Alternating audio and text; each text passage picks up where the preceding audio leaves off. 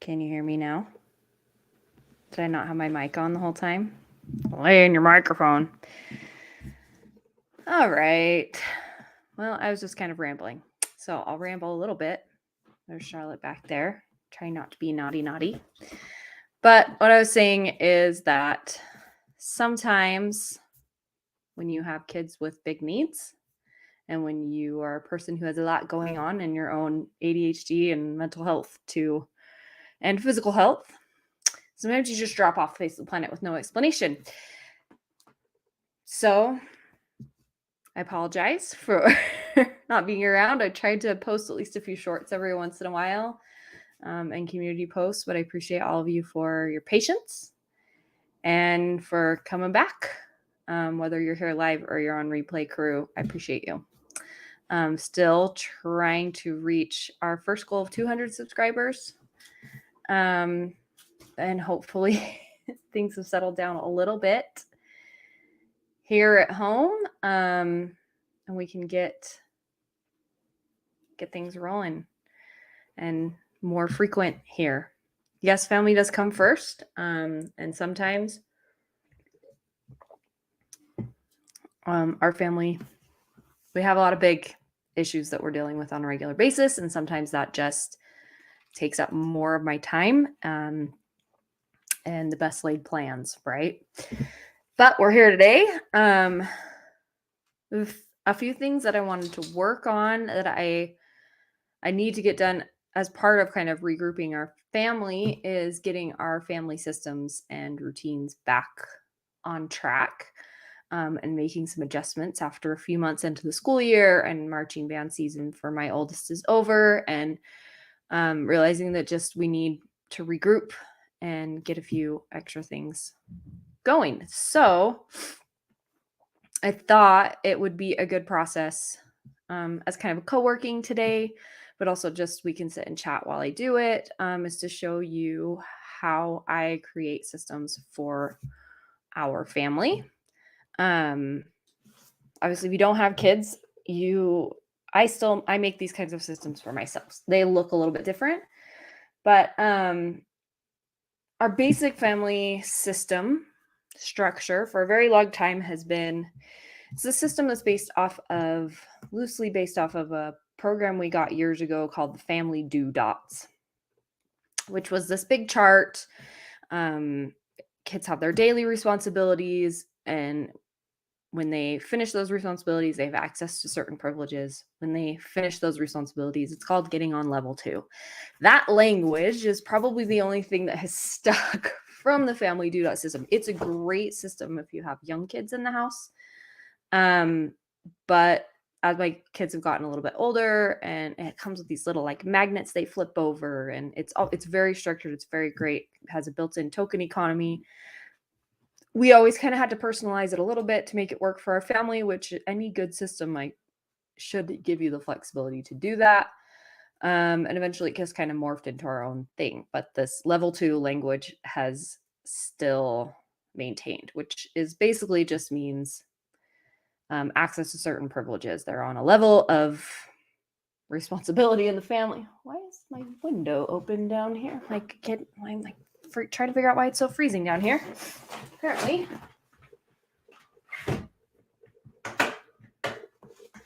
my window is open.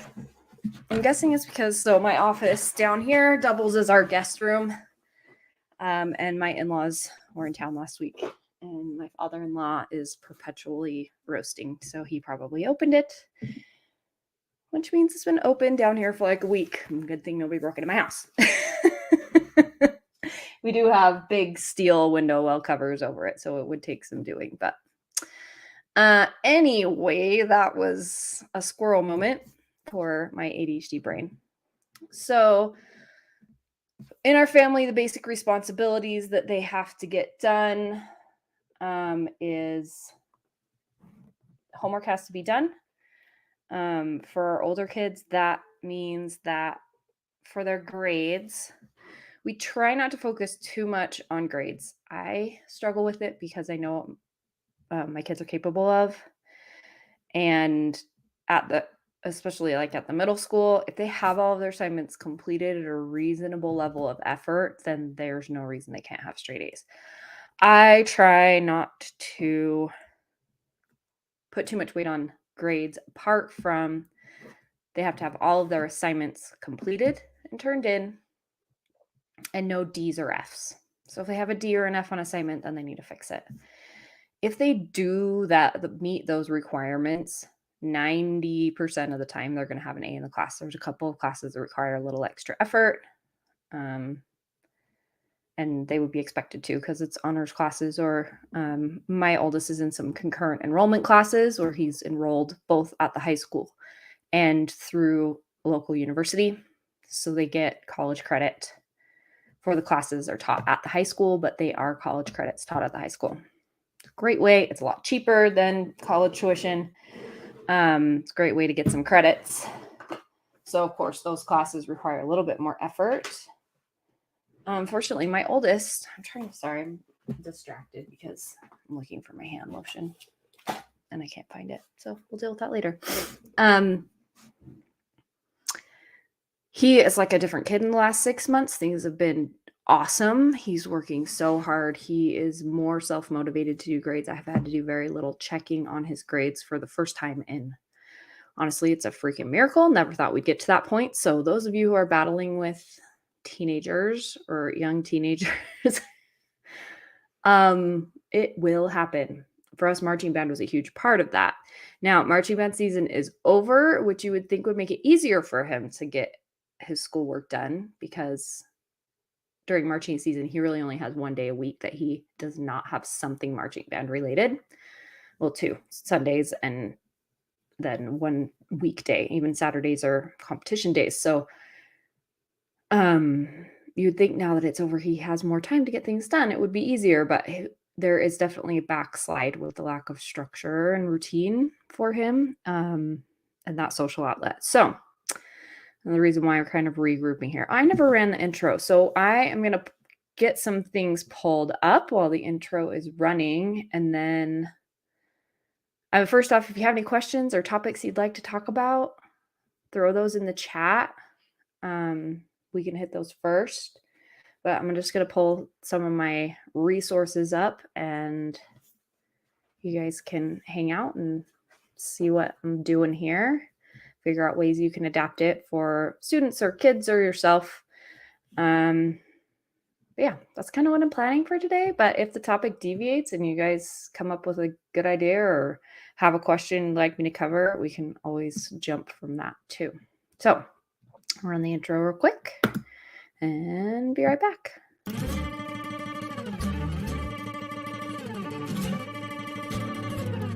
Hi, I'm Nicole, and as you have probably guessed, I have ADHD.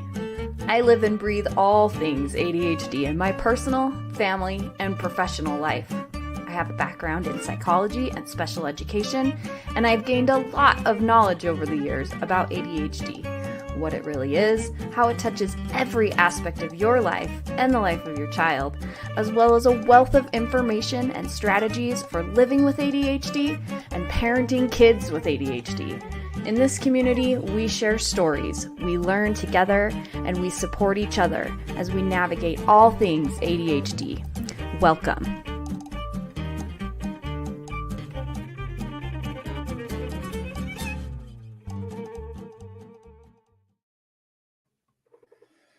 Okie dokie. All right, so let's make this bigger. So first thing I'm working on is some practice charts.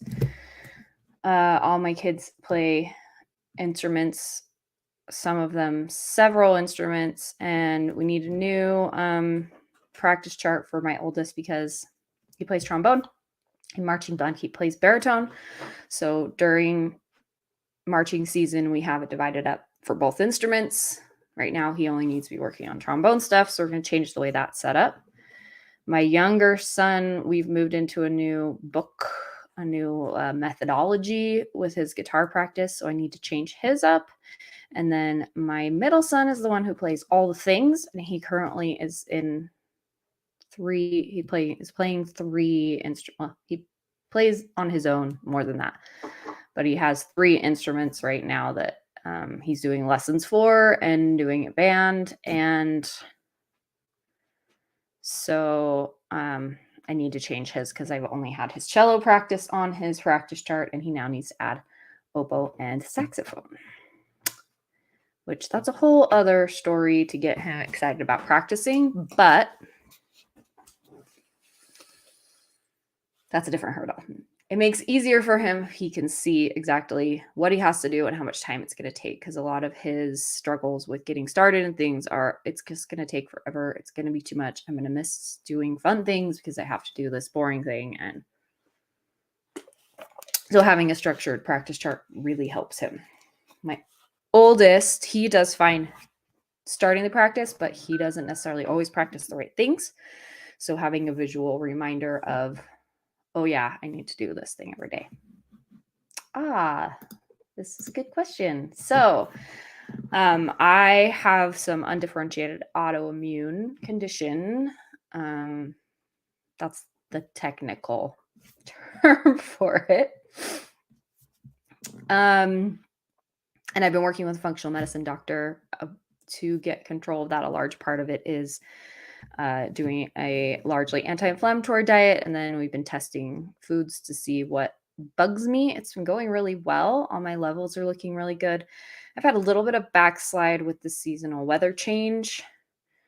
So I need to be a little bit more strict back on eating more of the inflammatory foods and less of the foods that we've tested in, even though those by themselves haven't made me flare. The combination of kind of all of them together is just an increased load on my system. So getting that back under control and trying to figure out how I'm going to manage Thanksgiving, because all of my favorite things I can't have right now. And some of them I may not be able to have ever without suffering the consequences of being sick for a few days. So going through a little bit of a mourning process with the holidays coming up. And, so much of the holidays is around amazing treats. And I've done really well. I've been doing this since May. I still cannot have Diet Coke, but I can have Zevia. It's a stevia sweetened soda. I can have that.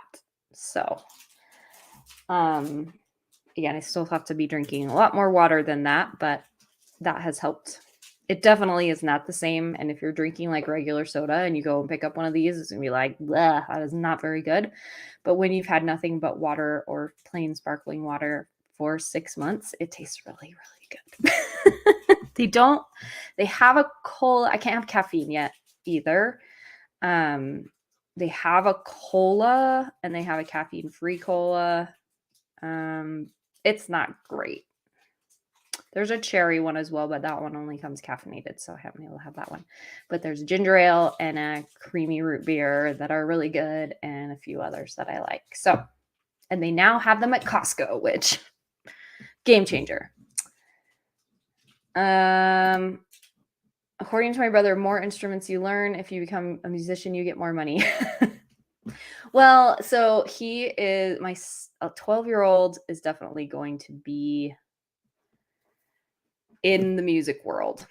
I'm going to pause and do this first so I'm not totally jumping scroll to squirrel. Stevia has a licorice aftertaste to me. I don't like licorice. Yeah, it does have kind of a different taste. I haven't tested agave yet. I can have honey, a little bit of honey, and I can have monk fruit, which monk fruit, if you use too much of it, it has a weird taste to it, but I feel like it's a little sweeter than stevia.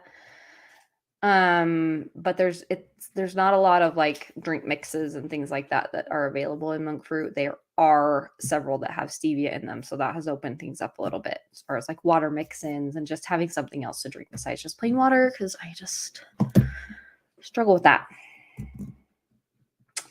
But yeah, going back to this comment, he definitely long-term in his career will do something music related. The boy, I mean, he's amazing. His brain runs on music. It always has. He was a colicky infant. Like, he only slept 45 minutes at a time, and only if you were holding him upright for about the first 2 months of his life. It was brutal. Got it placed. Good girl. And the only thing that would calm him was music. He always has had a song going on, and he has an incredible ear. He's 12. He's played the cello since he was just about 6, I think, is when we started. It was very end of kindergarten. So he just turned 6 when he started playing the cello. He teaches himself how to play music. He composes. We've got him a little MIDI keyboard, and he hops on GarageBand right now. I'm sure we'll move on to something a little more robust later, but creates his own music. He recognizes patterns in songs and notes, and I'm fairly certain he has perfect pitch. He's a great improv. He's amazing. So we're trying to let him have do all the instruments, but also part of the problem is that he just wants to create. He does not want to do the kind of small work, like the boring work, to get really good at a specific instrument. So he's doing oboe and saxophone so that he can do band and jazz band. Our local schools have amazing music program in middle and high school.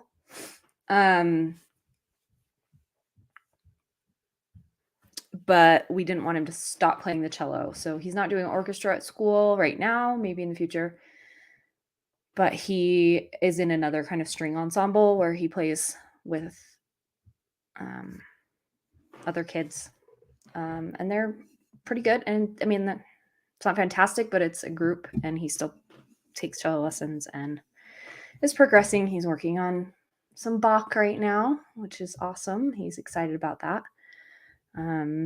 So yeah, he definitely will be doing something in music. And right now, I might be in, I think he'd be fantastic at writing movie scores and things like that, because he's just so creative, but also, arranging music, maybe writing marching band show arrangements and show designer. I don't know, something.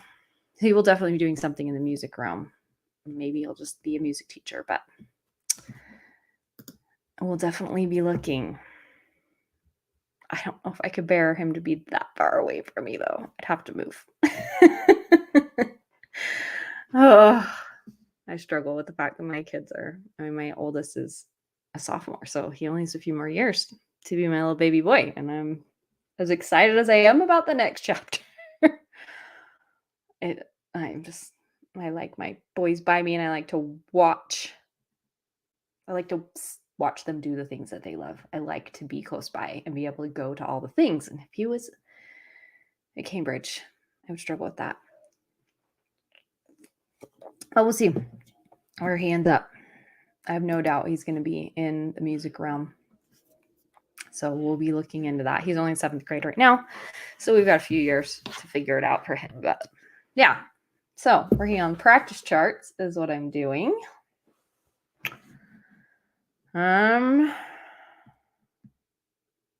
Let's see which one. That's an old one. We're gonna do this one. All right, I need to share my screen here. Just making sure I don't have anything with identifying information.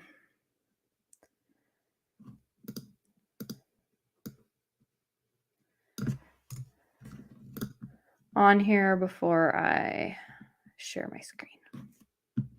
All right.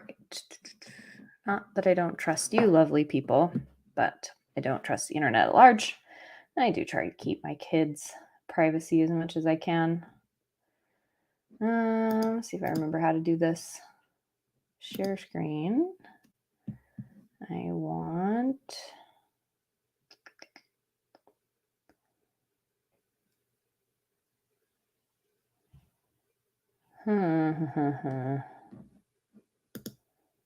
There it is.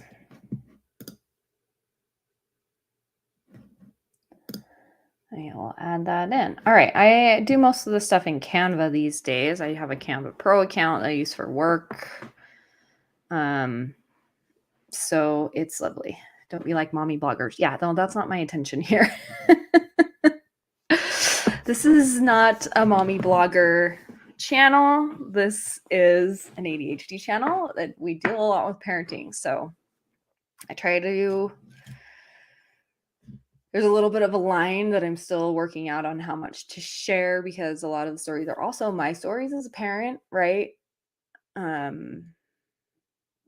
But yeah, I have kind of stages of how much I'll share. When I'm in private coaching, I share more personal stories, trying not to share too much personal information on this platform when it's public. Later on, when we get to kind of more memberships, if I can get to the point where we're monetized and I can do memberships, I'm going to put my lip gloss on real quick. My lips are driving me crazy. Yes, this is the EDB Lawnerd lip gloss I keep in my drawer here, and I love it. Yeah, when we get to memberships, I'd like to be able to do some, things that I feel like I can protect a little better. But we got a ways to go before that. So try not to plan it too much, because plans will change. But I'd like to be able to do a little bit more in member spaces when we get to that point. All right. We are going to start with not that one.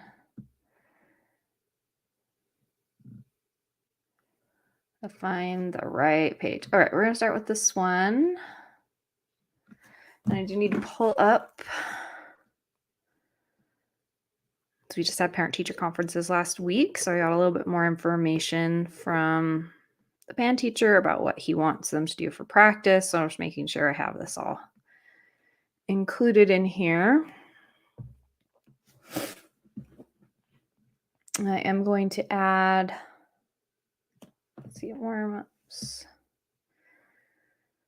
2 to 5 minutes of long tones, lip search, great. 10 minutes skill and technical studies. So skills and technique.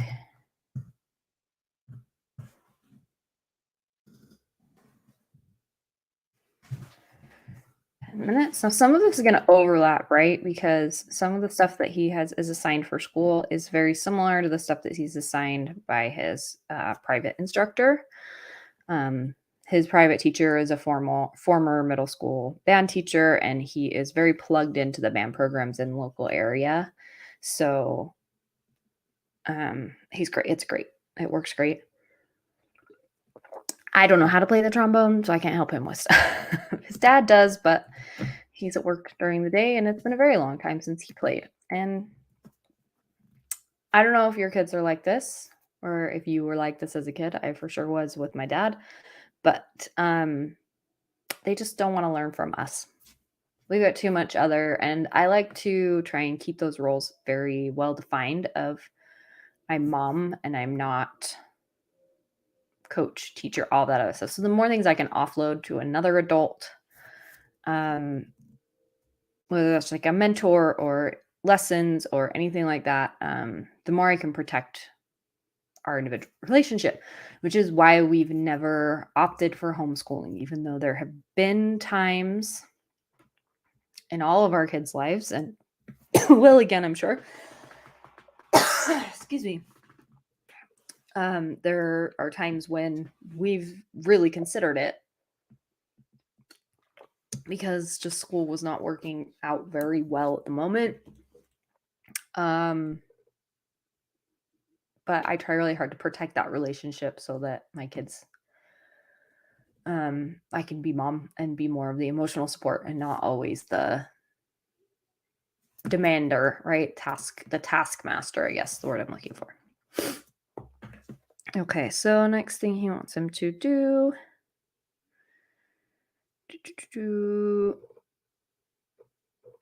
10 minutes practicing slow on passages that you don't know. So I am going to add that in here. Symphonic I'm going to put this band music. I'm going to combine it as one rather than dividing into the separate classes. 10 minutes. Practicing slow on passages.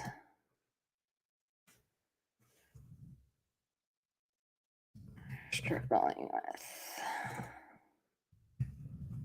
So part of why I do this is because we oftentimes will give our kids tasks to do that we see as being one task, right? Go practice your instrument.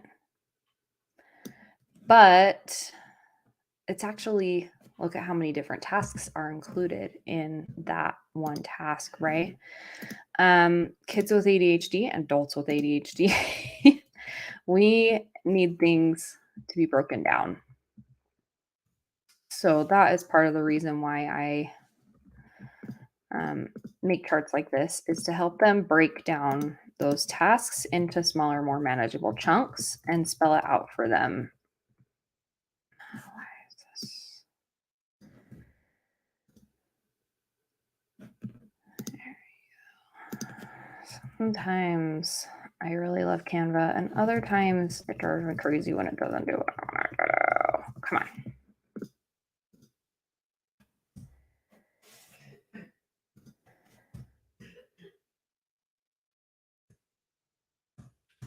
It's a little harder to kind of format sometimes in Canva, so I have to mess with it. Okay.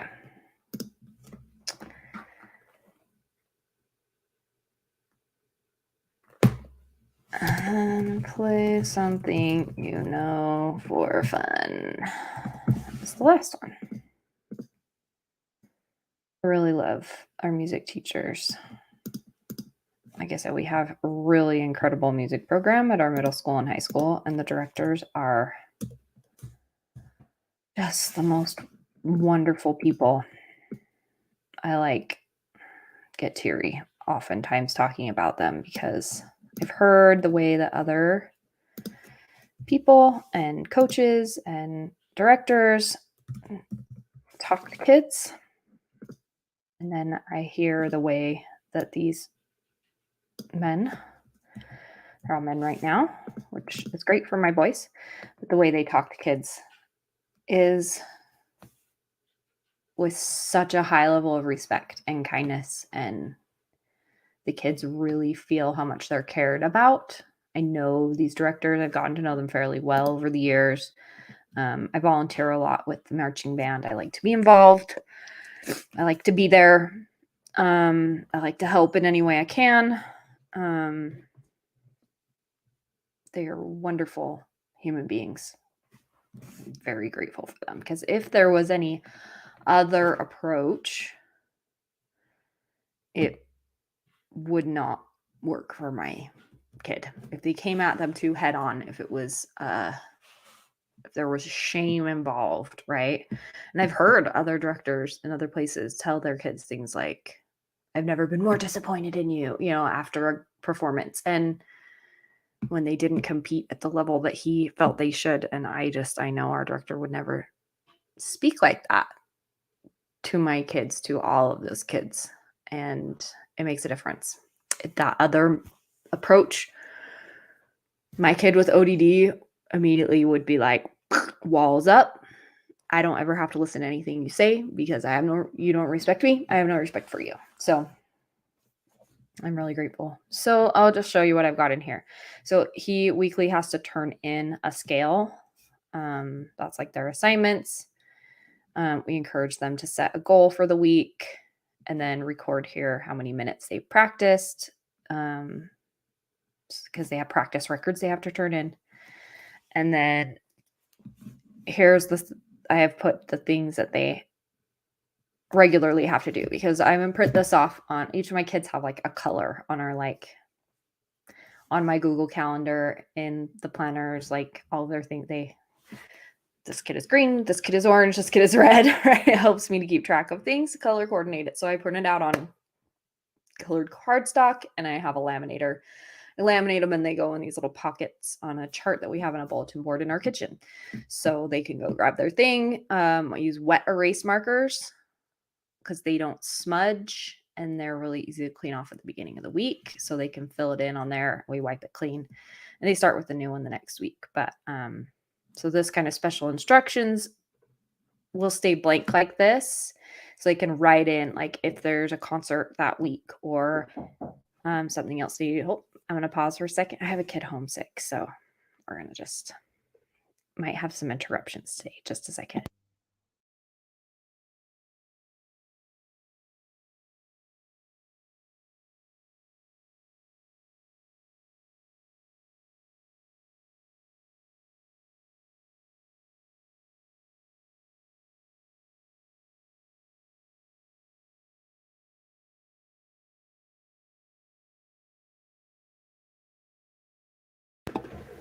Sorry about that. All right. So let me make sure I've got all this in here. All right. So that is his trombone. I had been working on this one the other day, so I had it mostly done. These others, this is an old one. All right. This is for, I am going to copy this.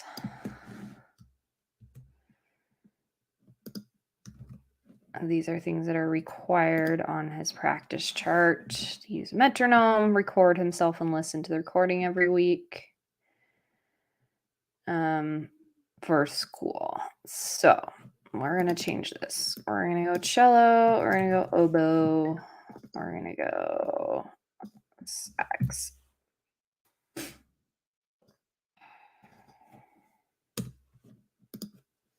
Don't need that anymore.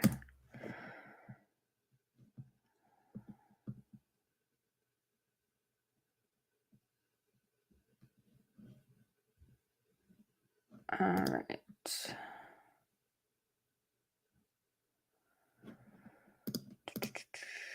We are going to add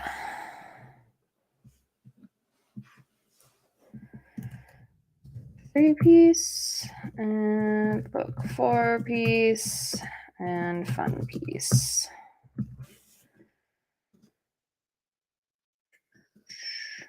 Need a couple of those. If you have any questions or anything you want to chat about while I'm doing this, please put it in the chat. All right, I'll pull up my notes from his last oboe lesson.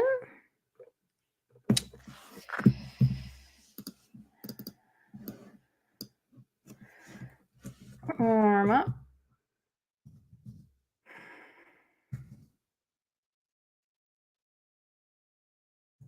Five minutes.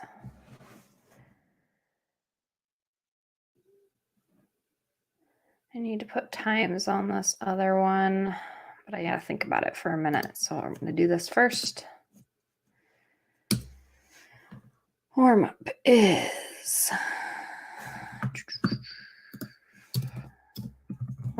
tones. Hold as long as you can. Try.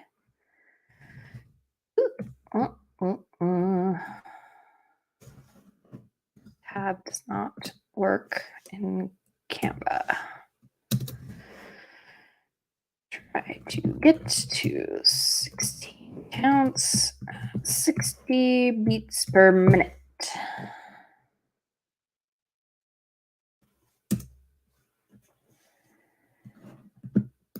Next is scales and arpeggios.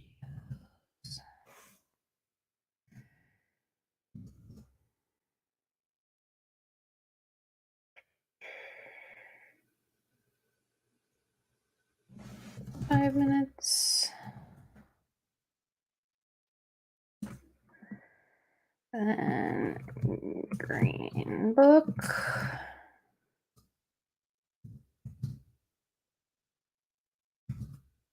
10 minutes or 20.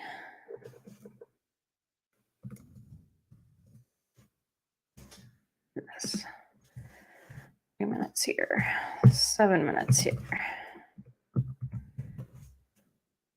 If it's too long, he wigs out, and he is gonna have to do both oboe and saxophone, so we don't want it to. Right, he's got to do cello for 20 to 30 minutes. Between oboe and saxophone, he's supposed to be practicing 120 minutes a week, which usually is 30 minutes 4 days a week. So he could do 20 minutes 6 days a week, but there are days that he doesn't have time, like we've got other activities and stuff. So trying to make this as easy and help him to be successful. But if he looks at it and sees, oh my gosh, I'm going to have to practice for an hour and a half every day, meltdown, not going to work, right? So then solo piece, then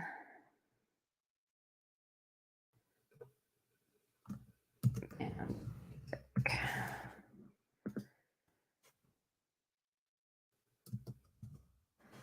5 minutes and so I give my kids timers. These are my favorite. I've shown these before, the time timers, because they're visual, right? So they can see the time getting smaller as they go. So we just set a timer for everything. Helps them to move through. I do it for myself too. And that's how we get by. We set timers for everything because time blindness is a very real thing. And when you're doing something you don't necessarily want to do, it can feel like hours when it's really just been a few minutes. And you get lost. You don't know how long you've done something. So they'll think they've done it for 5 minutes and it's been like 30 seconds. So timers help. And, we'll try this and then we'll adjust. If it's too long in an area, then we'll clean that up. We'll change the times and such. All right.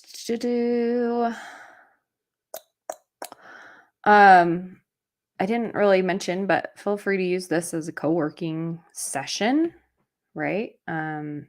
What are you working on? Put it in the chat. Body doubling is really good for ADHD. So this is kind of my body dual purpose today. A little bit of body doubling for me and for you, but also kind of showing you how I set things up and maybe give you some ideas on how you can tweak things in your own house with your family or with yourself on getting some structure in place and why I break things down the way I do, always with flexibility in mind. So put in the chat what you're working on right now. And we'll check in about, let's do 30 minutes. We'll check in on that, on what you're working on and see how you did. A little accountability partner, body doubling. What are you working on today? Okay, so saxophone's gonna be a little trickier for me because we haven't been to his teacher yet. He's kind of learning on his own right now so that he can do jazz band after Christmas. Sticky toffee loaf. That sounds delicious. Thanks for being here, Nisa. Good to see you. Thanks for popping in.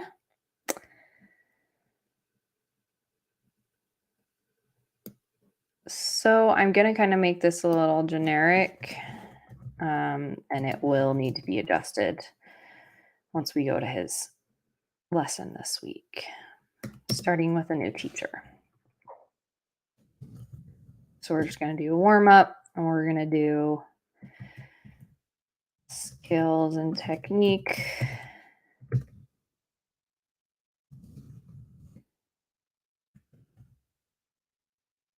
And then we're going to do music. New music and fun piece.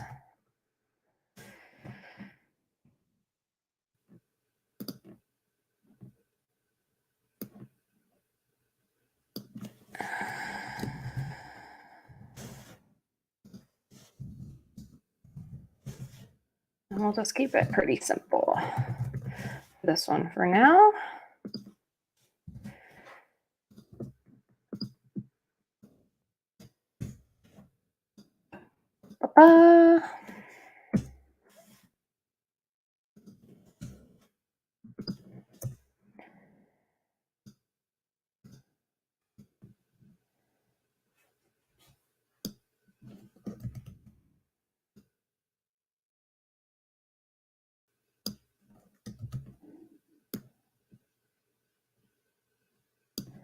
All right, make sure we got everything at the top we need.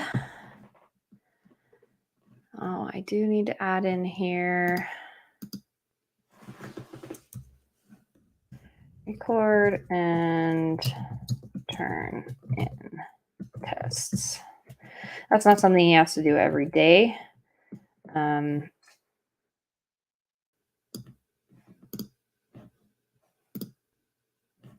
we want it to be in there.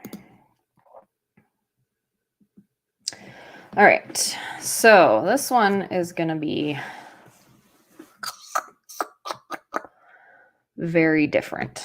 This is for my 8-year-old. He plays classical guitar. And we switched to a new. So what this, I had all his songs on popsicle sticks. And so level 1 and level 2 in his book were on different colors, and he would pick popsicle sticks, and then they would go out, and then the next day he would pick 3 different ones, right? We're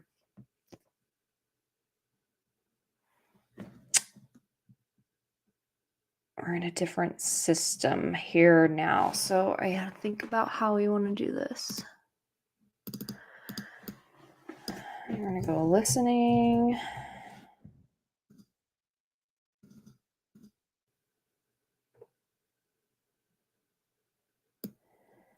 And then we're going to do a review. And then we're going to do. Nope, that's not what we're going to do. We're going to do Suzuki book.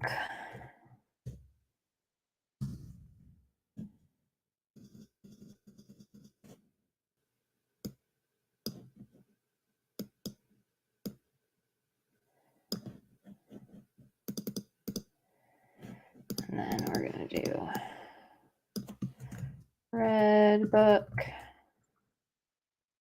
and chords.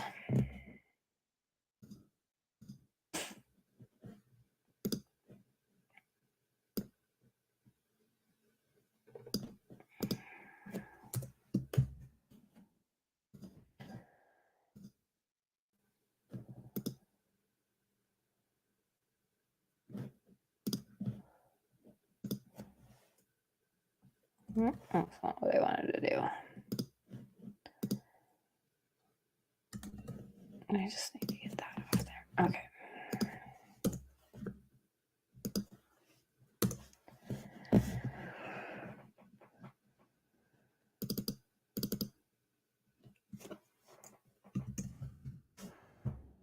So Suzuki method, if any of you are strings people, involves a lot of ear training and listening. But his guitar teacher combines Suzuki method with other stuff because he wants them to learn to read music sooner than they typically do with Suzuki and learning chords. So he does kind of a mixed methodology, but we are moving now to spending more time on the Suzuki method and in those songs and skills.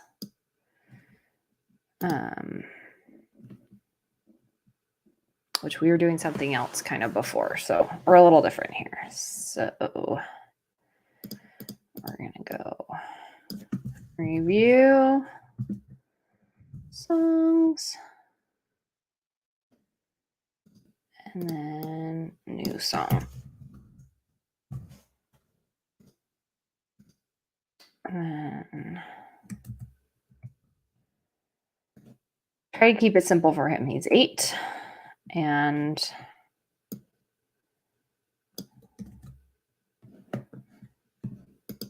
got some other stuff going on that makes it a little more challenging. As far as task demand, it can't be too. He needs structure, but we've been working primarily on behavior with him for quite some time. So anything that's in addition to kind of just making it through the day without major behavioral episodes has to be kept really simple and straightforward. So for him, practice is going to be about 10 minutes long. And that is good enough. Because we're not necessarily doing music because we want him to be like a virtuoso at 8 years old, right? He loves music. He's got a great ear also. We feel like music is really important in our family. And so we devote a lot of time. It's good developmentally. It's good for brains. It's productive. It's just a value that both of our families growing up, my husband and I, it was important. Music was always around. So when we're thinking about extracurriculars for our kids, we kind of have one physical, one mental. It varies a little bit. I mean, because right now, like my 12-year-old is doing an art class and has 3 different music lessons. But that's because we're trying to help him find his strengths again after some devastation from traditional sports. And for his mental health, we're trying to really put a lot into what are his innate strengths. He's been having a really hard time seeing that in himself. Not just like his talents, but his other innate strengths. So we're really trying to feed that a lot. So he gets a little more. Otherwise, right now my kids are in rock climbing. We do skateboarding. And then they all do music. So here I'm just going to put Red Book. I'm going to do 2 songs. Nope, don't want all of that. Nope. Maybe this one will be easier. 2 songs from the Red Book.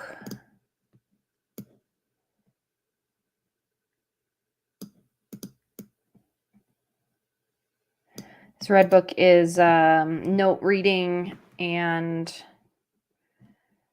helps with a few skills that they're working on, which if you don't have a classical guitarist, the skills would mean nothing. So I won't bore you with those details.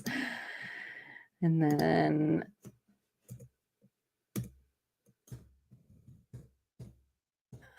we'll do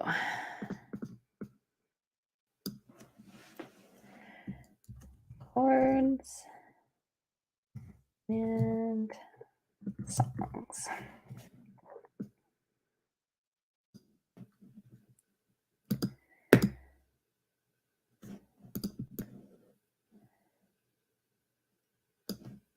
I'll center that. There we go.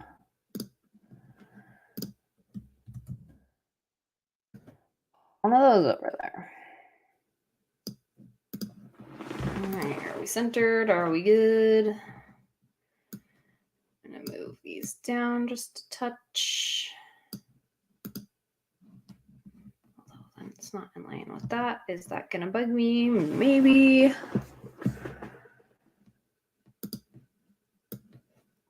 And this is where the hyperfocus part of ADHD comes in, where like my kids don't care if it's like perfectly even, but it bugs me when it's not.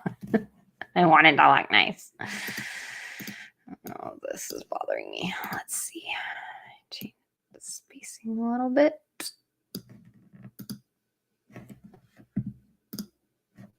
Yeah, it's better. Let's make it smaller.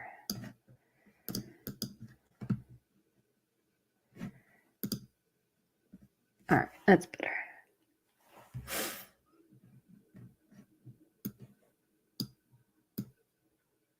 And we can move that back up. I want it to match this one.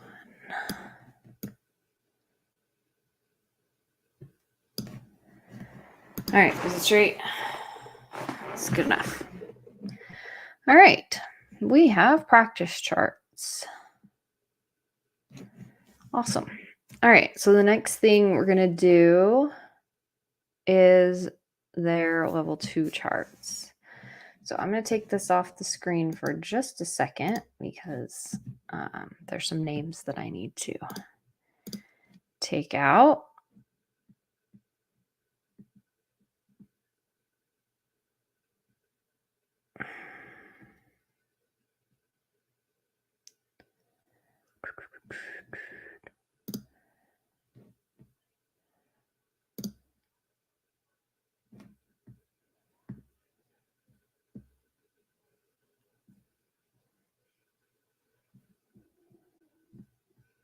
What did it just do?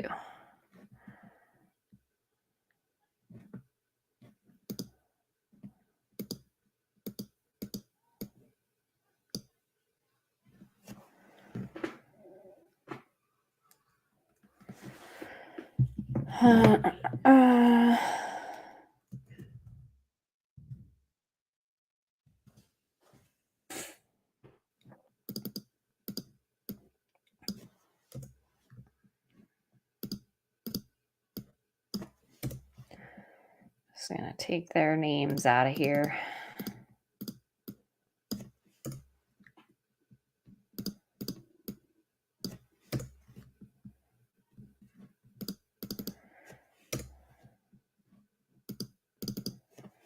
I will put them back in before I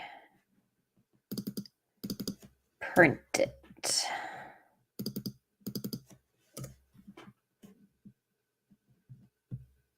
All right, I can share that again. Okay, before we do this, actually, I'm going to remove it and let's just check in for a minute. My brain needs a break.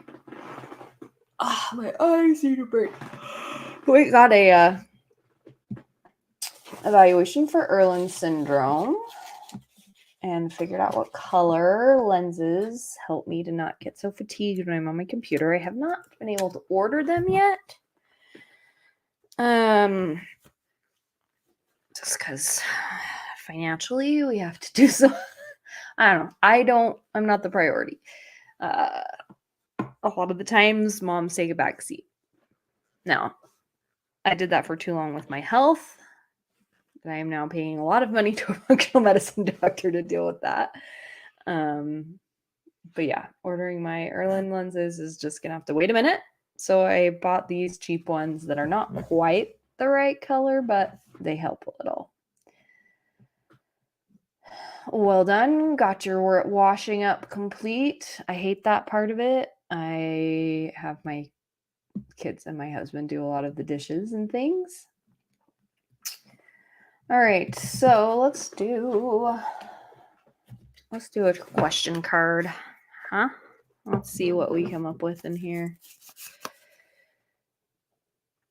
Would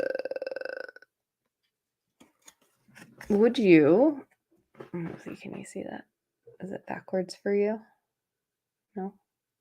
Will it focus on it? All right. Would you return to your favorite hotel if you found out they only wash the bedspreads twice a year? It would no longer be my favorite hotel. Now, yeah, no. I was going to think like, okay, is that just like the cover? Not just like the sheets, but no, things need to be washed. And if you know that hotels don't do that kind of thing, don't tell me. I don't need to know. I don't watch all of those like gotcha, this is what hotels they do, or don't clean this, ew, the remote control. I don't want to know any of it. I do not want to know. I don't want, no. Don't tell me. If you know gross stuff about hotels, please do not tell me. I am not extremely picky about like the level of cleanliness or like the number of stars in a hotel. Price is a feature. However, I do have like my limits. Won't stay in a Motel 6.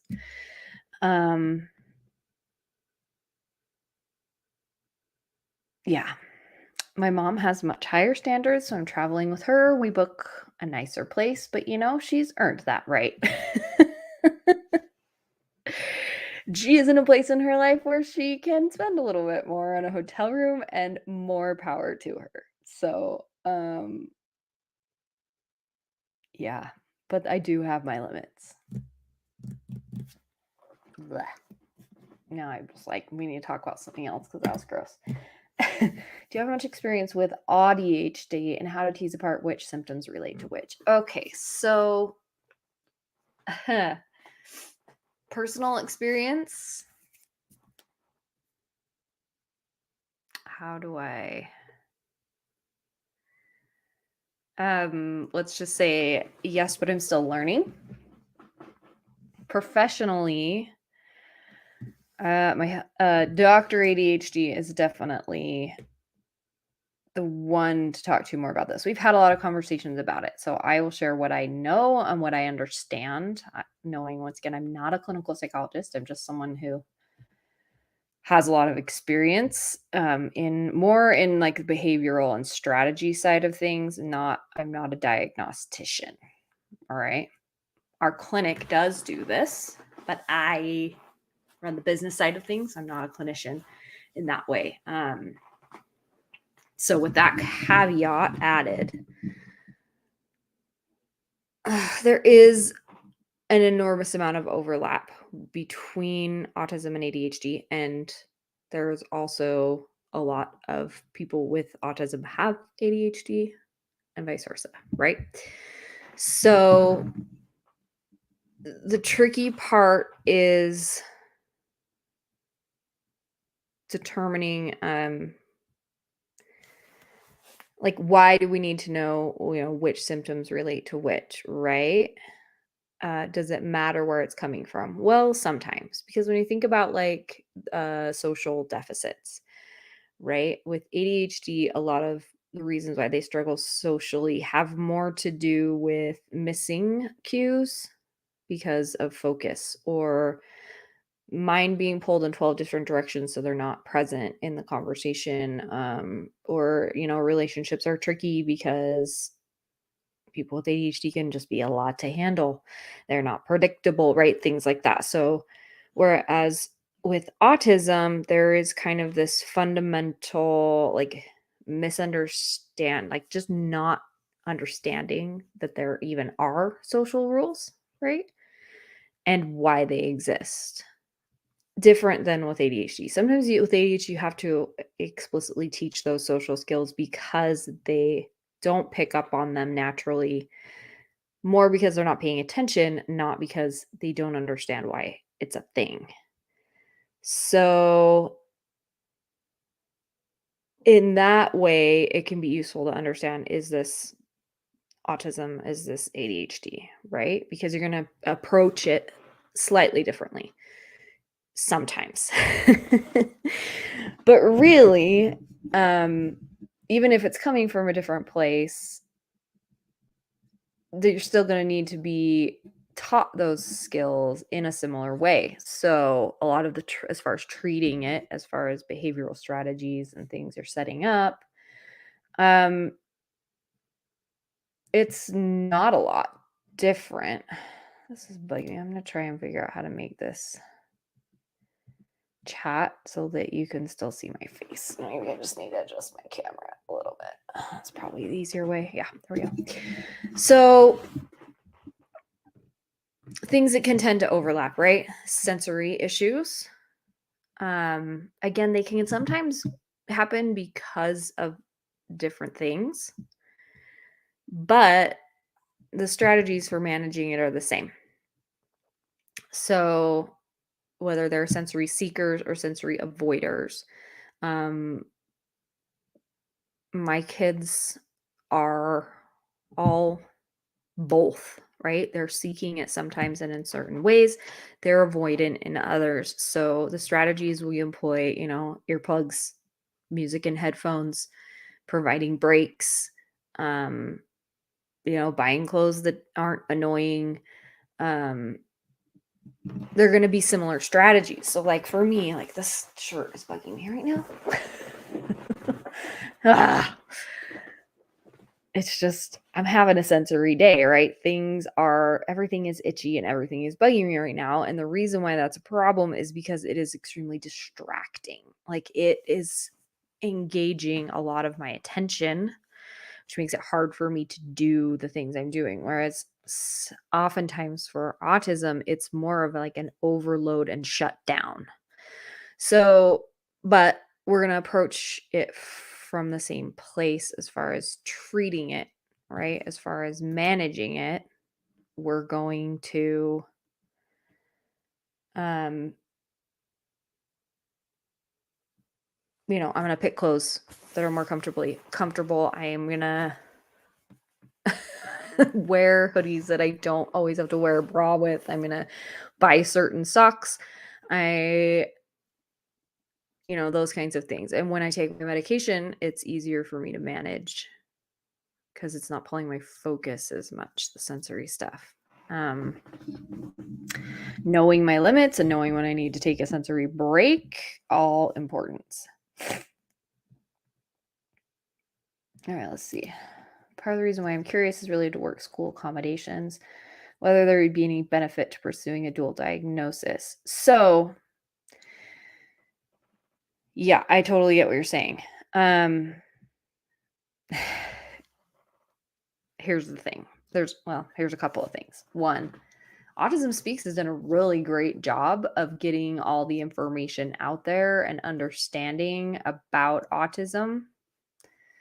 As a result, using that label to describe your child or yourself comes with, not all of it is the right information, right? Some of it's overgeneralized, whatever. But it also does come with this level of patience and understanding. Oh, they have autism. That's why they're doing this certain thing. ADHD, while it has some of the similar struggles, it does not have that understanding. People don't know that ADHD comes with sensory issues, that's why you can't, manage time. They just think it means someone who's hyper and can't pay attention. So when you're trying to get understanding, with my kids when they're in, for example, when my older two were playing competitive baseball. My one son was really social. The other one really struggled with that social piece, and he could be super annoying, and he didn't necessarily have all those kind of coach pleasing behaviors that ended up being the reason why he was, cut from a team that he'd been playing on for 6 years. And it was really painful for him. Because there wasn't a level of understanding, and there were times when I was like, I wish that he just did have autism, or I could just say he's got autism, because I feel like he would get a different level of understanding and patience from the adults around him and from the kids by extension. So sometimes if you're suspecting that, getting that diagnosis can just make it easier for you to get kind of that level of understanding, which it shouldn't be that way, but it is. So the other thing is access to services. So I don't know if you're in the US, but insurance, if ADHD is the sole diagnosis, the only treatment that insurance will pay for is medication. They will not pay for therapy. Now, most of the time you can get that therapy covered through anxiety or depression, because most of the people who are living with ADHD also are living with some level of anxiety or depression when they're seeking treatment. Autism opens the door to some additional services. So, and that may be the case in Canada as well. I just don't know that system as well, as far as like what public health will pay for as far as treatment goes for specific diagnoses. So that might be something to look into. For example, if you ever want to do any kind of ABA therapy. Now, ABA therapy, I hesitate to say it, to talk about it, because there's so much negativity out there right now about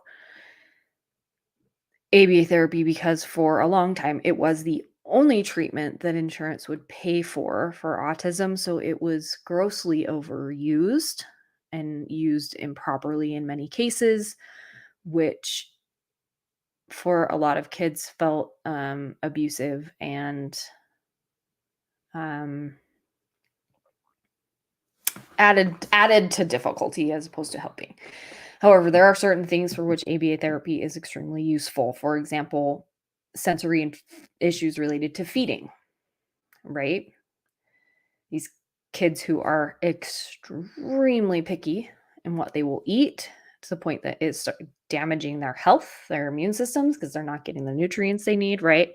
ABA therapy is really effective for that. And it is something that does, like, we need to expand diet, if only for a health reason, right? When you've got a kid who will only eat crunchy carbs, won't eat any fruits and vegetables, isn't getting protein, iron, right? Like, there are reasons why we need to solve that issue. It's not because we want to force them to eat other foods. It's because it's affecting their physical health, right? And there are other things that ABA therapy can be extremely beneficial for. And ABA therapy is only available if you have that label, right? So I'm a big proponent of knowing what's going on, having a full picture, and having all the data so that you can make informed treatment decisions. Sometimes that label is not needed, but other times it can be, and really just understanding yourself and understanding, or your child, and how things are working can just help you make better decisions about how to manage things, how to parent, how to set things up, how to set your kid up for success, how to set yourself up for success, and have access to different services. So that's my opinion. But again, as we were talking about, a lot of the treatment decisions, a lot of antecedent control, a lot of things we're going to set up in a classroom, accommodations for work, things like that. A lot of them will be very similar for certain ADHD and certain autism things. So it's a tricky one. It's a tricky question. But for me, if you have the means and the access to be able to get a good evaluation, a good neuropsych eval, I always feel like more information is best. Now, I am coming from a little bit of bias because my husband is a neuropsychologist, right? So take that as what it is. It's just a slightly biased, coming from, that's what our business does. So hopefully that kind of helps and answers some of those questions. And yeah, for institutions who need to manage things in aggregate, it's just how they function when dealing with large numbers of people. Right. And a lot of that is jumping through the hoops of insurance and what they will or won't pay for. And I could go on and on that for a very long time, because I find it frustrating that people who are not doctors, not psychologists, are the ones who are making decisions at that high level about what treatment should look like. It's why a lot of psychologists go cash pay, because then they can do it the way they want to and the way they feel is the best treatment for the client on an individual basis, and not feel like they're being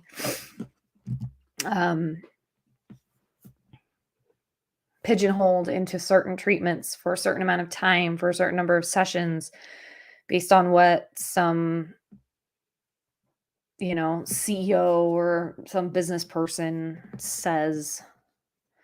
Now, those decisions are research based, but they're not individual, right? So it's just it's a thing. It's a frustration for sure. All right, what time is it? All right, I have about another half an hour before I have to hard stop to do school pickups and things. So I guess I'm gonna toss it to you. Do we want to do another co-working session, or I'm going through kind of our family system and how I set that up? If that's interesting to you, great. If not, that's okay too. Would you rather we could pull up an article on a topic and go through that? I can pull some things out of a book if you've got a question. What do you want to talk about? I would like to make this last half hour as useful and interesting to you as possible. So I'll give you a minute. Maybe I'll make a poll. Let's see. See if I know how to do that. It's StreamYard.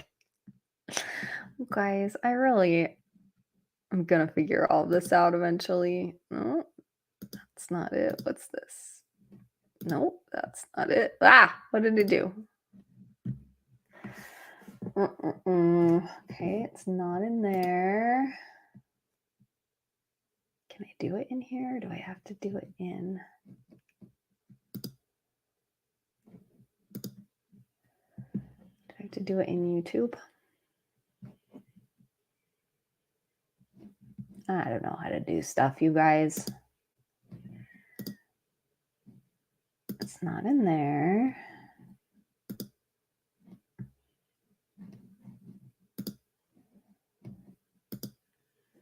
Nope. No. Okay, maybe I have to go over to YouTube to do it.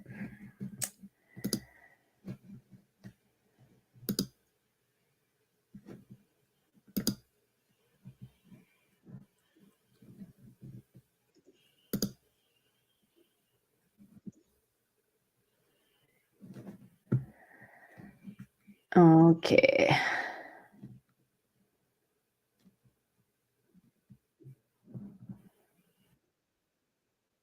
Oh, now I'm hearing. Hold on, I gotta mute this tab.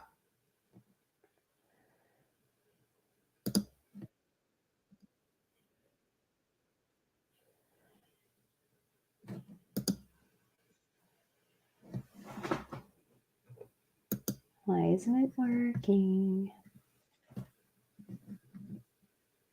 Hold on.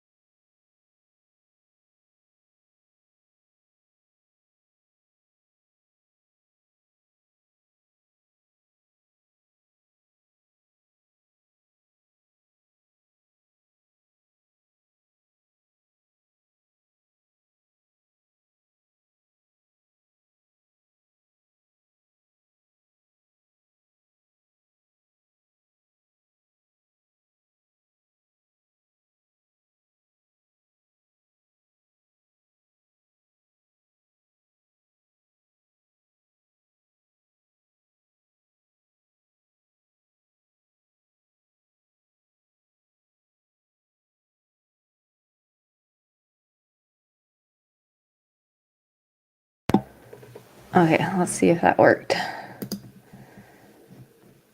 So we're not getting reverb. I should probably just put my AirPods in, is what I should do. All right, there's a poll in the chat.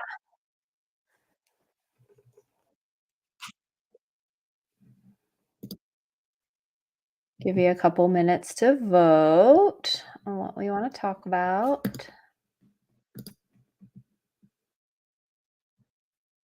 and then we'll go from there. In the meantime, I'm going to step out for just 1 second and check on my kiddo. So I'm going to leave you with Charlotte Cam for 1 second. I will be right back. Vote on the poll, please.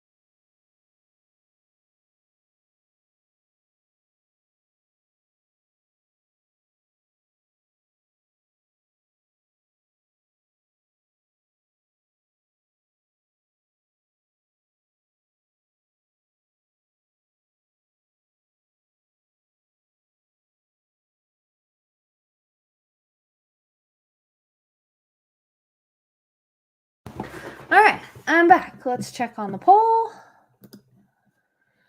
And all right, 2 votes, and both are for co-work and body double. All right, sounds good. Thank you for answering that for me. And we will share the screen. Oh yeah. All right. So I have a few different files in this document here. Some of them are um out of date, right? So we got this one is obviously from the summer. My kids do swim team in the summer, so when they got home, I was, getting ready for the day, hanging up their swim stuff, and then doing some tasks. So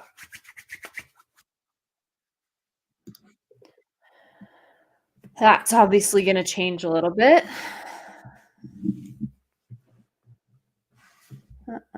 So I do these in black and white, although when I do them for other families, so I do ADHD parent coaching. Part of what I'm going to do in coaching is to help you set up a system for your family that's tailored to your family and what it looks like. So I do have some others that I can show you at another time, maybe later, and show you some systems that I've helped set up for other families. So we can do it however you want. We have a laser printer, so I do everything in black and white. I print it on colored cardstock, color coded for each kid, and keep it kind of simple that way. Sometimes I will add graphics and things, but for this particular one, I keep it fairly simple. So see if I have one that is not. These are all summer based. So this is gonna be instead of hang up some stuff, it's going to be empty lunchbox.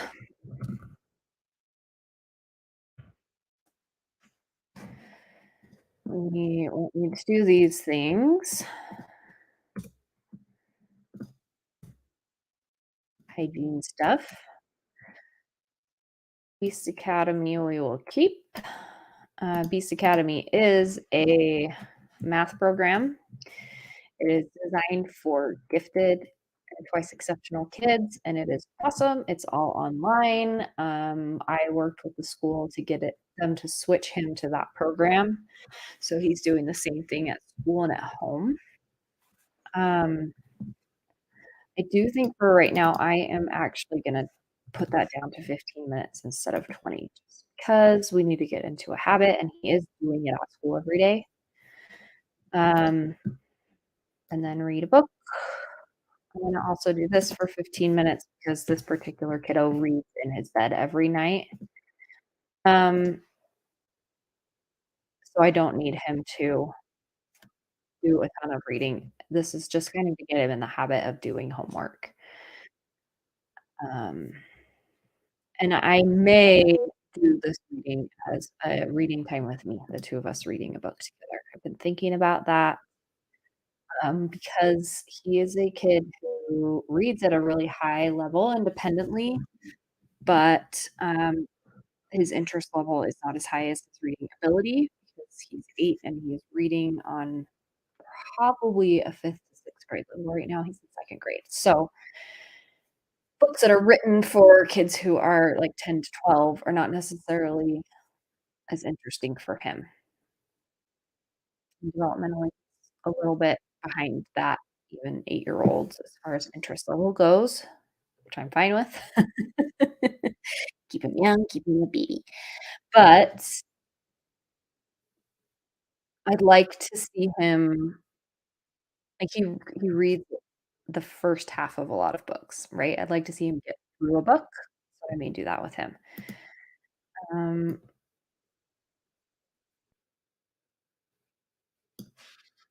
clean room, I'm gonna change this to 5 minutes, and this is just, again, getting him in the habit of doing things, pick things so just pick things up in your room for 5 minutes, and I'm gonna put away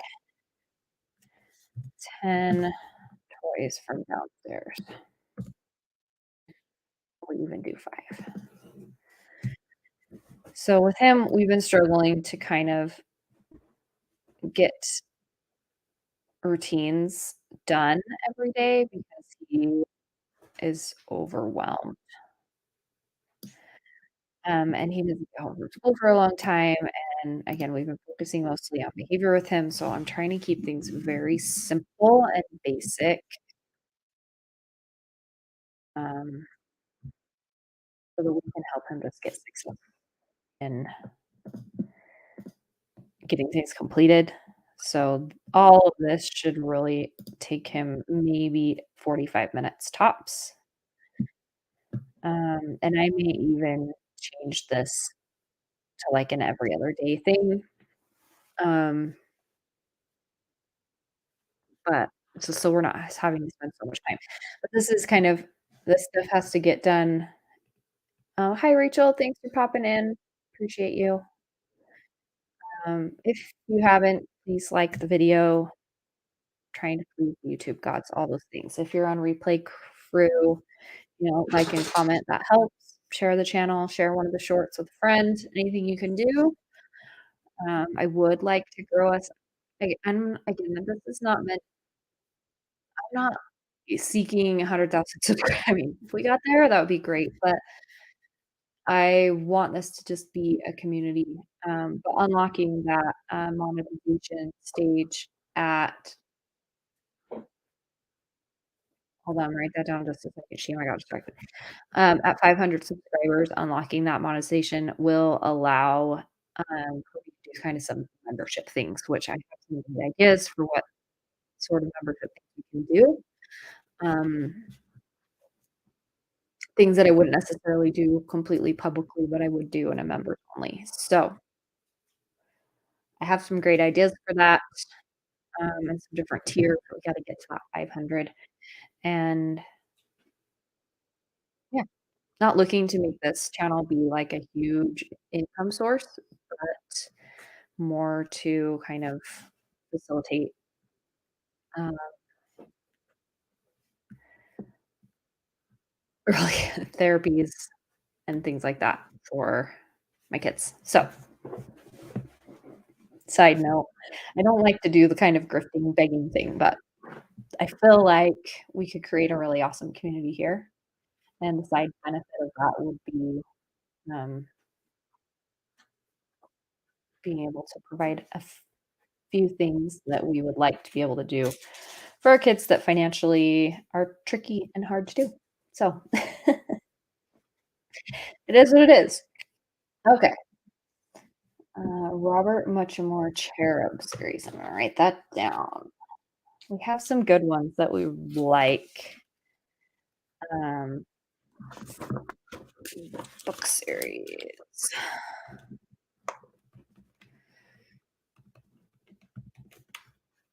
Robert Muchamore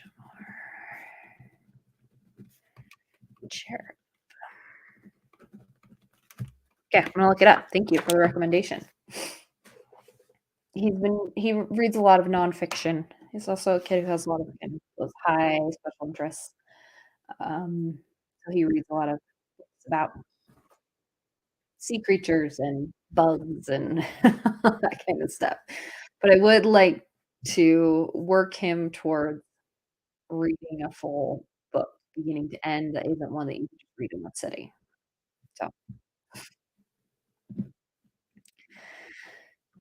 so when these things are completed, that's when they get access to things like screens, going to a friend's house, going to do fun things. Um, Primarily in our house, it is screen time. There's no screens, no video games, TV, whatever, until you're on level 2. So this is for the 8-year-old. Fairly basic, right? Empty out your lunchbox, which what he usually does is he sits down to do his homework and he finishes eating his lunch, and then we throw the trash away. Homework, 15 minutes of math, 15 minutes of reading, clean his room for 5 minutes, so just picking up a few things, doing his guitar practice, which part we did earlier, and then put away 5 toys from downstairs. I'm gonna say 5 things,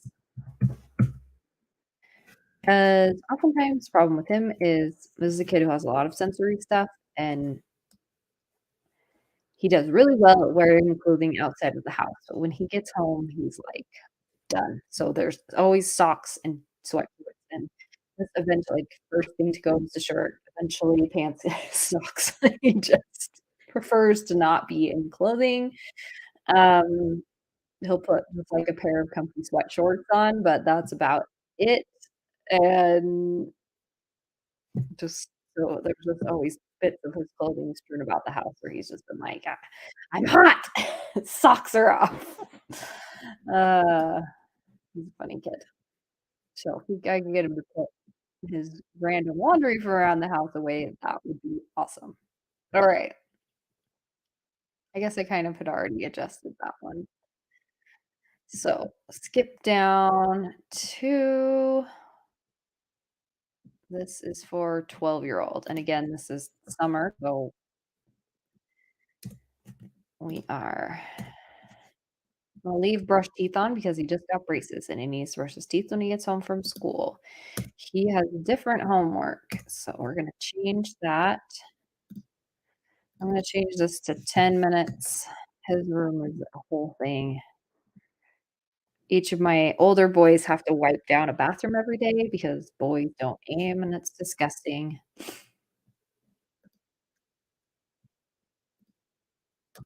Okay, so this is gonna change for him a little bit. We are gonna do empty lunchbox and random crap from backpack because I swear that kid is a hoarder.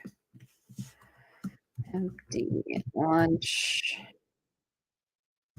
and trash from backpack.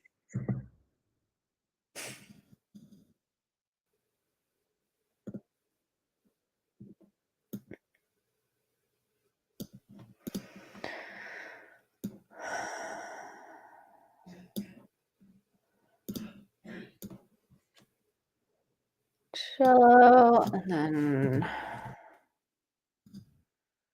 think for him, what's gonna end up being the way we do oboe and saxophone is rotating those days. So oboe S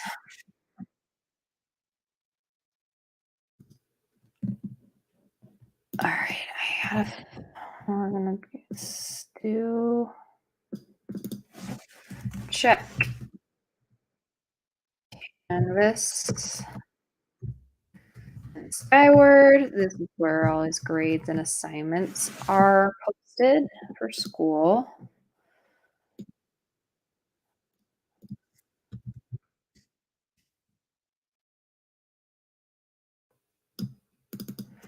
Homework.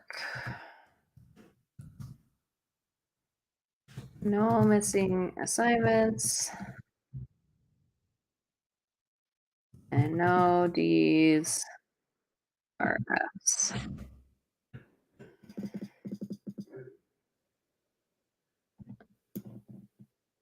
I don't know if you can hear my son coughing from the other room. I apologize if you can. Poor thing. I swear he's been sick forever.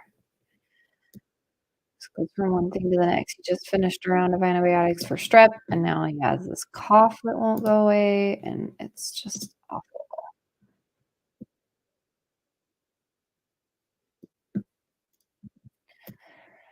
And that is what I'm gonna leave it at for him.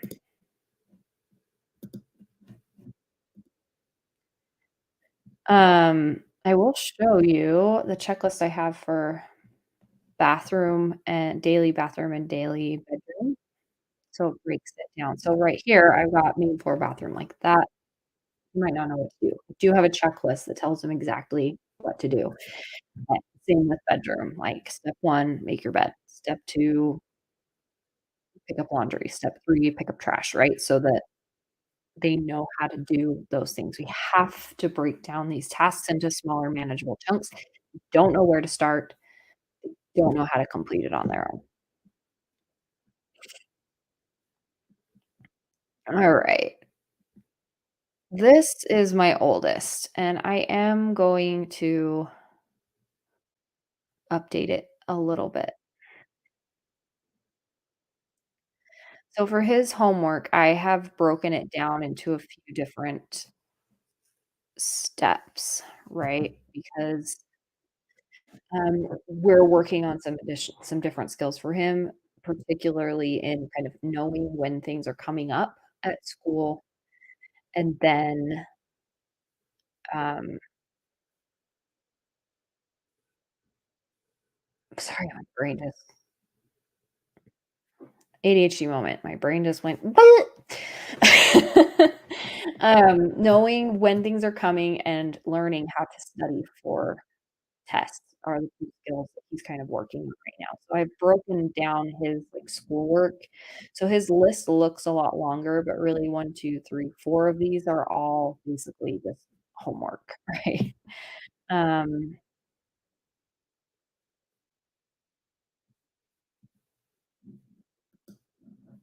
he has longer lists. He's older, he's got more things he needs to do. I am gonna take reading off for now because again, he's one that will read, in bed, but I do put exercise on there. Um, some days he doesn't need to go out and do additional exercise, but, exercise is important for ADHD brains. So, um, this Come Follow Me study is, um, personal scripture study. We are a religious family. And if you wanna know more about that, I'm happy to share at another time, but it's not really what we're talking about today, so if you're wondering what that is daily personal scripture study. My other kids, uh, I do that with them. Oh, I do need to add one thing to this kiddos, and that is this.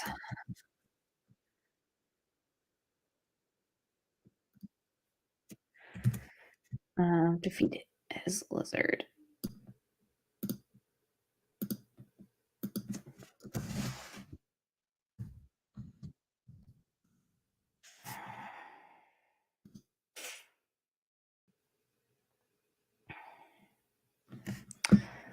and his bugs for his lizard.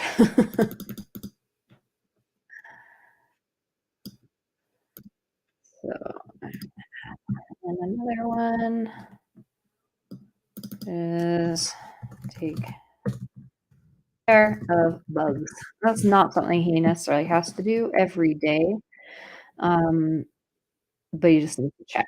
Oh, I need to toss some food in there, toss a couple apple slices in the cockroach thing, right? Um, so yeah. All right. I think that is that for those. Now, the next thing I need to do.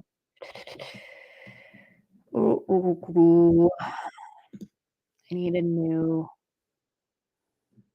list. Let's see if I have one in here that I can adopt. Okay, so these are the cleaning checklists that I was talking about. So I have a few of these printed off and laminated, and they're just in our little daily system, right? So here's a daily bedroom checklist. 1, make bed, straighten pillows, da, da, da, da. 2, clothing, dirty in hamper, clean, folded, and neatly put away in the correct drawers or hung up in the closet. Toys, put in correct bins, put bins away in closet. Books, current book on nightstand, any other books put away neatly on bookshelf. Dresser, clear clutter, put items where they belong, throw away trash. 6, floor, pull anything out from under the bed that doesn't belong, throw away trash, put away shoes, put away anything left on the floor. So, what I tell my 12-year-old is set a timer for 10 minutes, start at number 1, and get as far as you can. His room tends to get out of control real fast. Um, my 15-year-old, I sometimes have to check because he, like, only sees the middle of the room. Daily bathroom checklist, clear the counter, put everything where it belongs, pick up everything off the floor, throw away trash, put the laundry in the hamper, use towels, everything else put away. Use a disinfectant wipe to wipe off the sink and counter, scrub spots or toothpaste. Use another wipe, a different wipe, to wipe down all the surfaces of the toilet, lid, seat, under seat, around base of seat. Double check around the base of toilet and floor or around the toilet for any pee spots. So we have those printed out for that. Okay, this is a good question. How do systems change as kiddos get older apart from having more on the list? So it's not necessarily always adding more to the list, right? It's that the things on the list are going to change. So, for example, whatever goal you're working on with your kid is going to be something that takes a priority. So, my 15-year-old, it has more things on his list because I've broken up his schoolwork into more things, right? Because we wanna focus on he's learning how to manage his schoolwork. So, rather than just say homework or grades, like, he needs to know, yeah, another wipe, so they're not using the same one on the toilet that they're using on the sink. I've done it a few different ways. I used to have, like, these, like, microfiber cloths that they would just reuse and then get a new one every week, but the disinfectant wipes just seems to be the easiest for them to manage, and so that's what we do right now. I've had, like, spray bottles and it's just I don't like using that many disinfectant wipes in a week, and landfills and all that try to be, but yeah, there's just trade-offs, and this is the trade-off we're making right now. Anyway, back to the topic. How do systems change as they get older? So, for example, for me, like I have like a block system that I put in place, right? And I can show you. So this is just the one that works for our family right now. And one thing that we're doing now as the kids get older, which is the next thing I need to do, is we don't have not in the past done like an allowance for our kids, right? Um, but they're getting to the age where like they want to have money to go do things with their friends. We have a 7-Eleven that was just built down the road. They like to go over there, get a treat. My oldest likes to have, um, he's at the age where he's going to do stuff with friends, going to movies, whatever, and, um, fairly soon we'll start having, you know, a car to put gas in and take girls out on dates and things like that, and I don't wanna just be, like, giving my kids money all the time.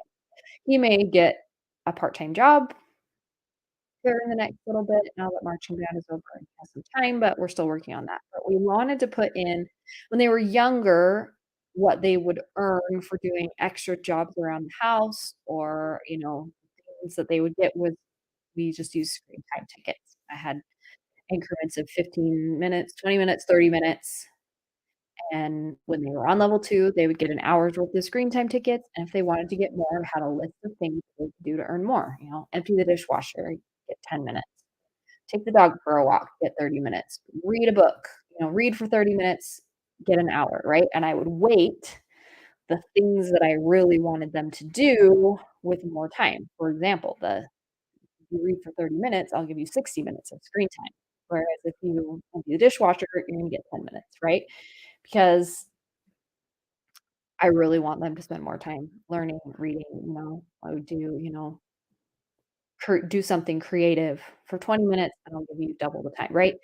So, things that I wanted to make it worth their while to do the things that I felt important that I wanted them to do more of, but that weren't going to be a basic requirement in order for them to have access, right? Not the stuff that they have to do every day, but stuff I would sure like for them to do, um, and chores that like picking up the dog poop in the backyard, nobody wants to do that chore, so I would pay out for it. So now we're shifting that to, instead of giving them screen time tickets or tickets to buy something in a family store as they get older, um, they can we're doing kind of more of a point system, or they can cash out those points for various things, whether that's, they wanna get a new video game, it's this many points.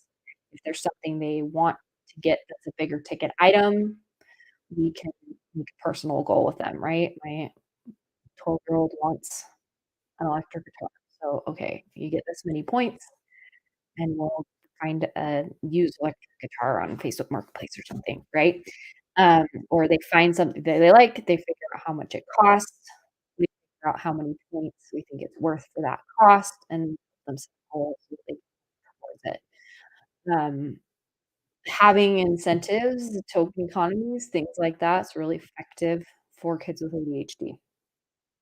They're effective for all kids, but they're particularly effective for kids with ADHD because they don't necessarily have that internal motivation piece that other kids have and that other adults have, right? I have to do it for myself. If I do this thing, then I'm gonna let myself do this. If I when I'm folding the laundry, I will let myself watch this show. So, it's more incentivizing, right? So, that's the next thing I'm gonna do is make this kind of point system of, you know and then you can use it also to kind of reward behavior that you want to continue to see. If they're being kind to each other, if I catch them being good, if I catch them being kind, if they follow directions without arguing with me, I can be like, "Cool, I'm giving you 5 points." Um, and then they can cash those points in for money, for additional screen time if they want, um, and kinda, yeah, have a menu of things that they can use those for. So it's not necessarily that it gets longer, it's just it gets more complex and you have to adapt and change the systems to meet the changing needs of your family, right? Um, and really what we want the system to do is, number 1, offload from me as the parent to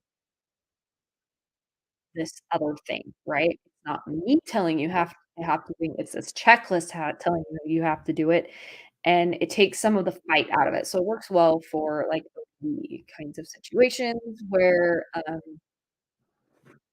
you just need to kind of remove a step of confrontation from the equation, um, and having expectations clearly spelled out then, they come up to me, "Can I play on my VR?" And say, "Sure, show me that level 2 is done." It is. They get to play. Like, there's no question in that. It's not me changing standards or setting up different standard. Nothing's it's all spelled out. It's all expected. It's all well understood by everyone. The trick with that is consistency, and as a parent with ADHD, I struggle to be consistent. So, that's, you know, another hurdle to climb is that consistency, but, it's about having good routines in place. That's really what systems are about. Like, for example, right now, we don't have, like, a strict morning system because our kids are doing fairly well at getting up and getting ready for school. One of ours is struggling, and we may have to implement something for him, but, like, when my kids were younger, we would I'd have, like, Pokemon cards or baseball cards or whatever cool thing they wanted to collect at the time, and be like, "Okay, you have 5 minutes to get dressed. If you're dressed when the timer goes off, you get a card," right? So that we could keep them moving in the mornings. Um, we would do a lot of that. So, when we're setting up family systems, it really is kind of an there's general principles, and then there's individually tailoring it to your family. So that individual tailoring to your family is what I do in my coaching with my coaching clients. It's, okay, where are the problem areas? Like, do you have a basic system set up? First, we do that first, and then we see what behaviors kind of get, uh, taken care of, managed just with that, and then we go to the problem areas. Okay, we're really having a hard time at dinner. We'd like to be able to sit down and have dinner together. It's never happening. So we're gonna start with setting that goal, and we're gonna set up some sort of system for making that work, some sort of program, and goals, and work towards, like, the increasing time that everyone's at the table, and we're starting with 2 minutes, right? So, I hope that kind of answered your questions as far as how things change. Things change and develop as the kids develop skills, and the system needs to be flexible enough to be able to add or take away what's needed and adapt to whatever your family needs at the time. So, hopefully that's helpful. But I do sit down with these lists at least twice a year, usually more. So usually it's like beginning of school year, beginning of summer. There's definitely big shifts in our schedules and the way things operate at those times. But also, like, for example, my 15-year-old was doing marching band. He was really busy every day, so it was a different set of standards and systems than now when he has more time at home. So we're focusing back on some additional goals that he couldn't necessarily do at the time because of marching band. So exactly. So this is the whole thing, right? Yes, in the future, they learn how to create their own goals and ways to get there, and they can pick their own incentives. Exactly. Now, we do sit down with our kids when we're redoing all of this, and we talk with them and help them figure out how to set goals. We, guide them, and maybe that's something I can talk about on another stream. Let me add that to my list. This is how to help kids set goals.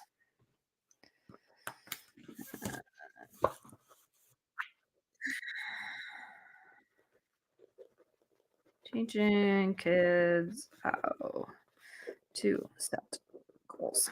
I'll add that to the topic list because it's a really important thing to know how to set a goal and work towards it. And it's kind of a fundamental issue with ADHD and executive functioning is that goal directed persistence, right? So when we're talking, with our kids, okay, what are the things you're struggling with and how can we help? We pick those goals with them and then we can incorporate it into the system. Okay, this is a goal you said you want to do. Let's figure out how we can make it happen. Let's break it down into chunks. Let's give it a time limit and things like that, right? So we have kind of the base system, and then we have specific goals that they're working on. And it is really just to teach that it's to get them into good routines and habits. A lot of these systems and, like, kind of the way we're doing this is forming good habits of really the basic habit of getting stuff I need to do done before I do stuff I want to do, right?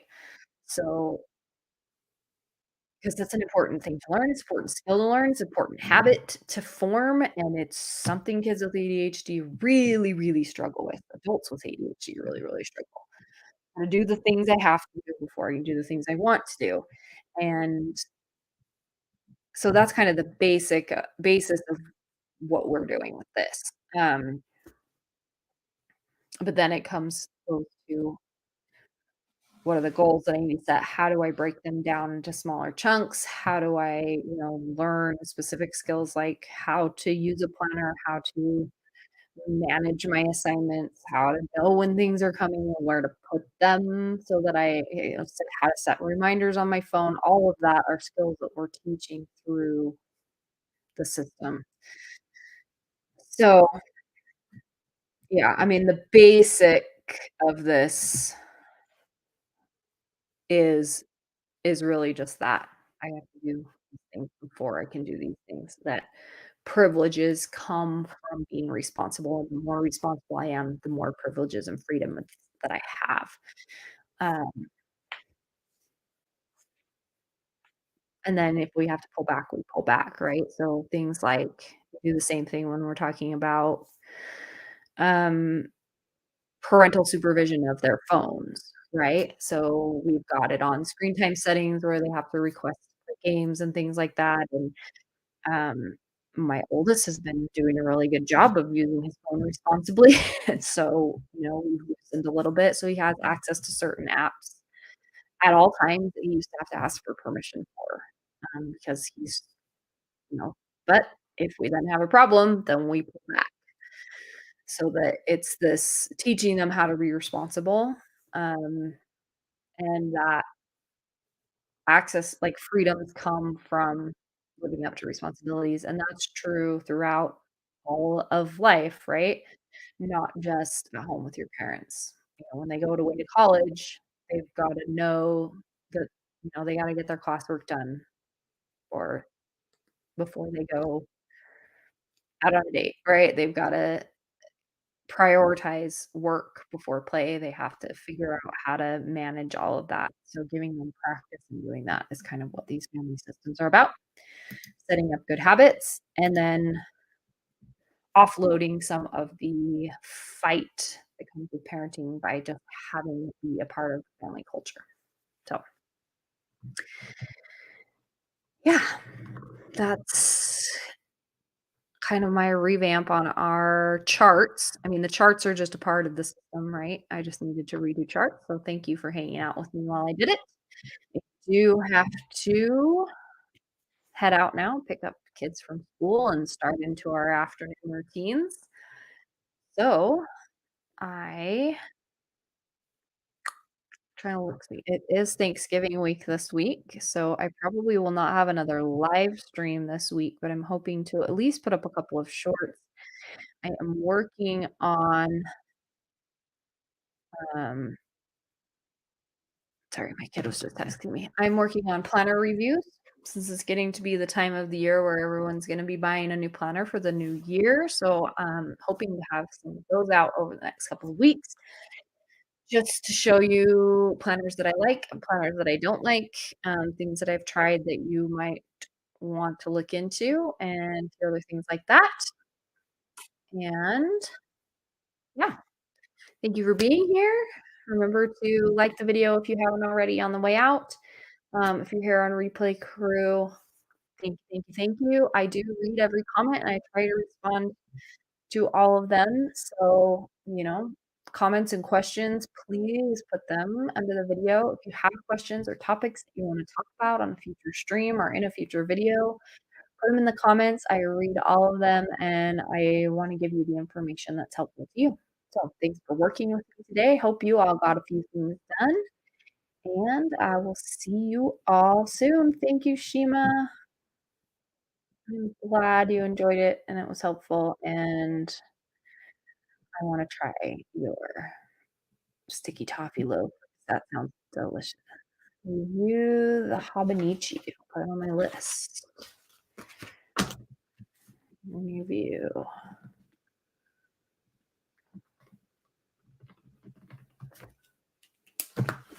I'll check it out.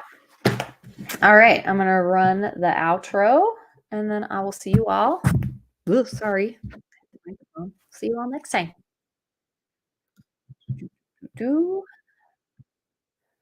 And out. Thank you for watching. If you haven't already, please like, comment, and subscribe to the channel. This video is not a substitute for counseling, psychotherapy, medical, or mental health care. The information and advice shared here should not be used in place of any form of diagnosis, treatment, or therapy. Information provided here does not involve diagnosis or treatment of medical or mental or psychological disorders. If you feel the need for professional support, please seek a local professional in your area. This video is for educational and entertainment purposes only.